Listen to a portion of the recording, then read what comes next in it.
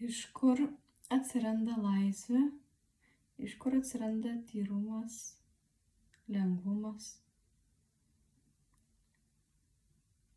Iš tikrųjų viskas atsiranda iš chaoso. Juk ir pasaulis susikūrė iš chaoso. Tai yra kaip potenciali medžiaga įsivyraut meiliai, kūrybai, tyrumui ir tvarkai.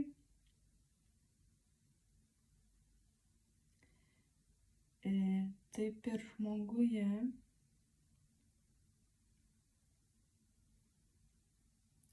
ir mums padeda tam tikri įrankiai, pavyzdžiui, disciplina, struktūra. Esmė tame, kad struktūra skamba kaip tai, kas turėtų įkalinti, ne sudaryti įrėminti į kažkokią formą. Bet iš tikrųjų struktūra, jinai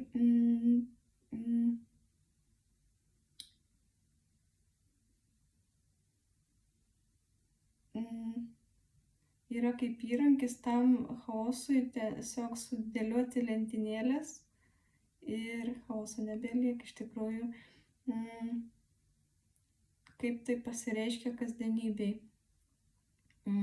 kaip to chaoso, tai kaip tą chaosą, tą potencialą paversti į tą tvarką, į tą ramybę, lengvumą, tyrumą. Jeigu apie išorę kalbant, galim sakyti pavyzdį apie tvarkymąsi namų.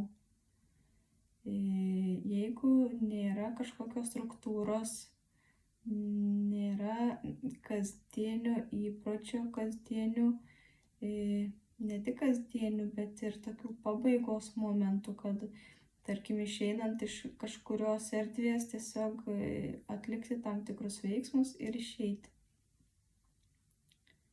Tai būtent ir susidaryti savo viduje tą struktūrą. Jeigu pavyzdžiui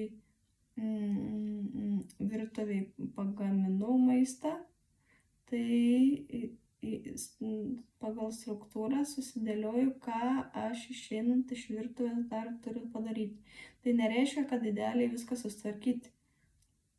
Tai tiesiog stalus nusivalyti, išsiplauti indus. O jeigu indų nesinori išsiplauti, tai juos padėti į vietą, kuri yra neplautiem indams skirta. Ir tai neturi būti, tarkim, kriauklė. Šalia kriauklės, kad akivaizdžiai matytųsi, kad tai nėra jų vieta.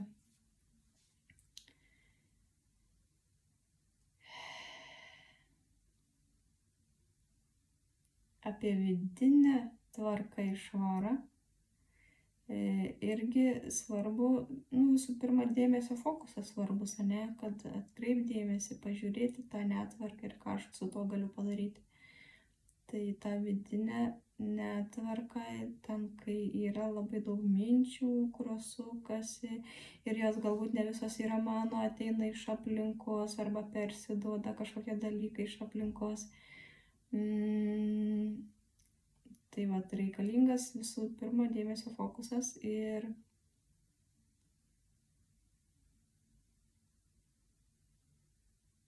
ten reikalinga struktūra.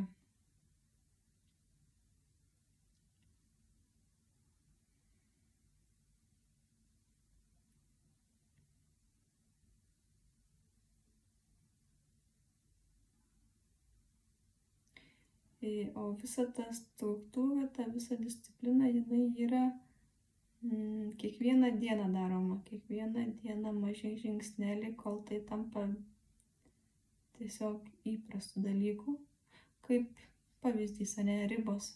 Ta prasme, žmogus užaugo, išmoko gyventi be tų ribų, tarkim, ir ateina į gyvenimą ir pamato, kad kiti žmonės turi savo ribas ir neleidžia jų peržengti.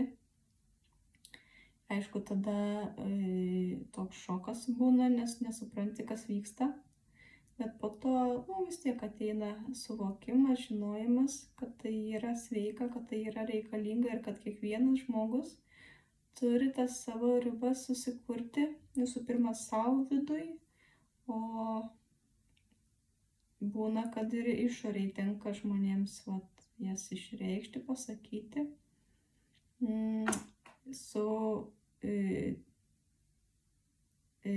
su empatija, bet tvirtai ir būtinai su pagarba vis dėlto, nes mes visi esam lygus, bet ribos yra reikalingos. Tai bandykim viską dėlioti tas lentynėles tiek savo vidui, tiek išorėje, ne? Nes ta struktūra ir yra tai, kas sutvarko tą chaosą, tą potencialą paverčia realiu faktu.